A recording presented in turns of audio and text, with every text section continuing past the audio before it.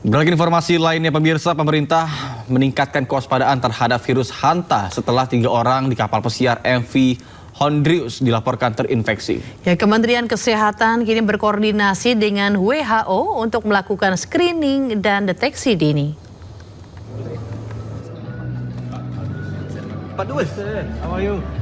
Menteri Kesehatan Budi Gunadisadikin memberikan tanggapan terkait virus Hanta yang kini tengah menjadi sorotan internasional setelah muncul kabar 3 orang terinfeksi di kapal pesiar MV Hondrius di Tanjung Verde. Budi mengatakan bahwa pihaknya telah berkoordinasi dengan World Health Organization untuk mengatasi penyebaran virus Hanta. Pemerintah juga menyiapkan langkah screening termasuk rapid test dan pemeriksaan menggunakan PCR. Virus ini kan virus yang lumayan berbahaya. Jadi kita udah koordinasi dengan WHO. Kita untuk bisa lakukan screeningnya. Ya. Kita beruntung sekarang kan mesin PCR kita udah banyak. Jadi untuk deteksi virus ini harusnya bisa lebih mudah. Cuma dipastikan reagennya masih khusus. Meski virus Hanta disebut cukup berbahaya, hasil pemantauan sementara menunjukkan penyebarannya masih terbatas di MV Hondrius di Tanjung Verde dan belum meluas. Kementerian Kesehatan saat ini memfokuskan pengawasan atau surveillance agar penanganan dapat dilakukan dengan cepat jika virus tersebut benar-benar menyebar. Tim Liputan iNews melaporkan. Lantas bagaimana manusia bisa terinfeksi virus Hanta, dan berikut kita simak penyebab dan juga gejalanya. Bersumber dari UPTD Puskesmas Puter, penyebab terpaparnya hantavirus adalah dari manusia menghirup udara maupun terkena air liur, kencing atau kotoran tikus yang terinfeksi hantavirus. Gejalanya pertama demam, kemudian sakit kepala, lalu mata merah.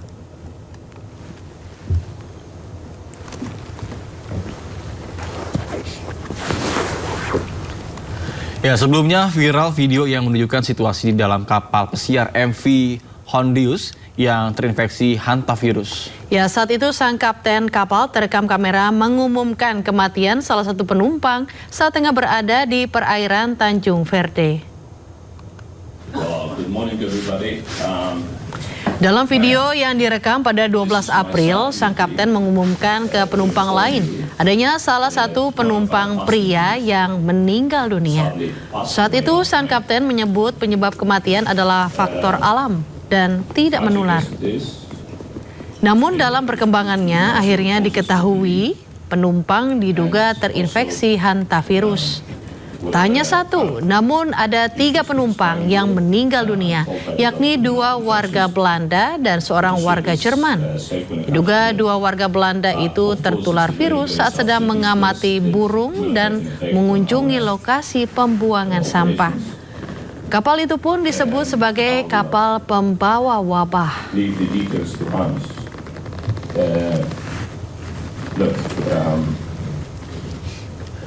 Usai merebaknya duga infeksi hantavirus, kapal pembawa wabah itu pun dilarang bersandar di pelabuhan Tanjung Verde.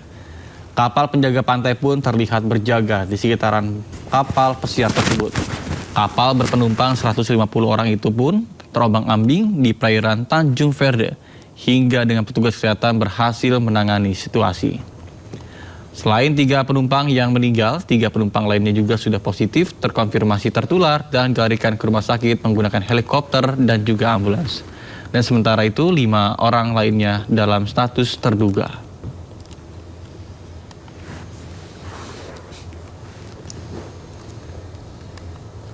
Ya, pemirsa, Menteri Luar Negeri RI Sugiono menyampaikan dalam KTT ke-48 ASEAN di Cebu, Filipina, isu ketahanan energi dan juga pangan menjadi fokus yang utama. Ia juga menegaskan kondisi global termasuk konflik di Timur Tengah berdampak langsung terhadap negara-negara ASEAN, terutama di sektor ekonomi termasuk ketersediaan pangan dan energi. Respon bersama ASEAN dalam menyikapi situasi yang terjadi di Timur Tengah yang semua merasakan merupakan memberikan efek langsung terhadap kehidupan negara-negara di kawasan, khususnya di sektor-sektor ekonomi, terlebih lagi di ketersediaan pangan dan energi. Hal inilah yang diadres pada pertemuan kemarin. Ada satu kesadaran bersama yang tumbuh bahwa dengan situasi yang terjadi saat ini perlu suatu inisiatif bersama untuk menjadikan ASEAN ini sebagai suatu wilayah yang resilient, khususnya di bidang energi dan pangan. Dan saya kira ini juga sesuatu yang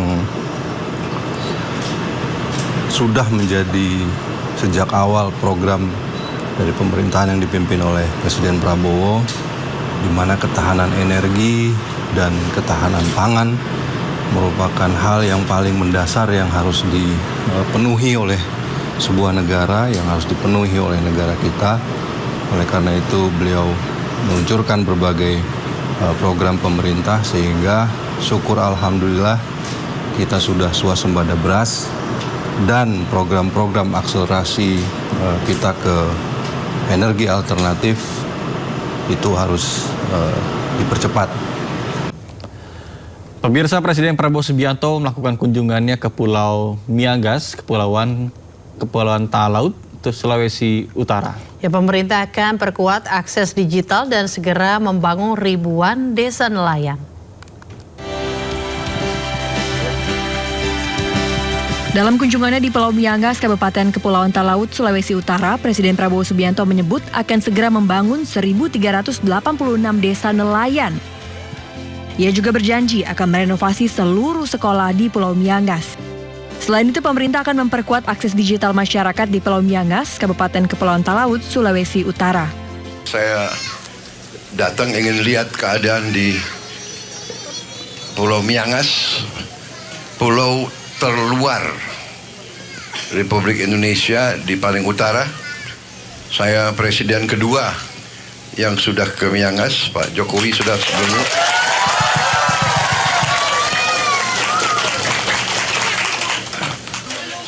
Semua sekolah pun akan kita renovasi, ya.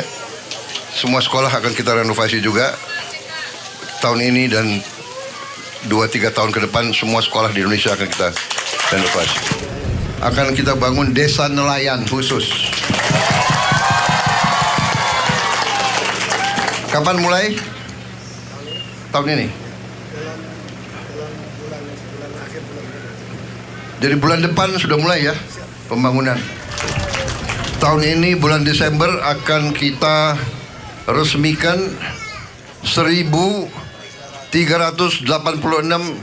desa nelayan seluruh Indonesia. Memperkuat jaringan supaya handphone bisa beroperasi di sini, dan beliau akan memberi handphone ya untuk ada Starlink dan handphone untuk semua kakak. Dengan adanya penguatan konektivitas ini, masyarakat Miangas diharapkan lebih mudah berkomunikasi, mengakses layanan publik, hingga memperoleh informasi secara lebih cepat. Tim Liputan iNews melaporkan. Presiden Prabowo Subianto mengunjungi Pulau Miangas di Kepulauan Talaut, Sulawesi Utara. Selain juga mengunjungi kampung nelayan, Prabowo juga mengunjungi SMK 2 Talaut.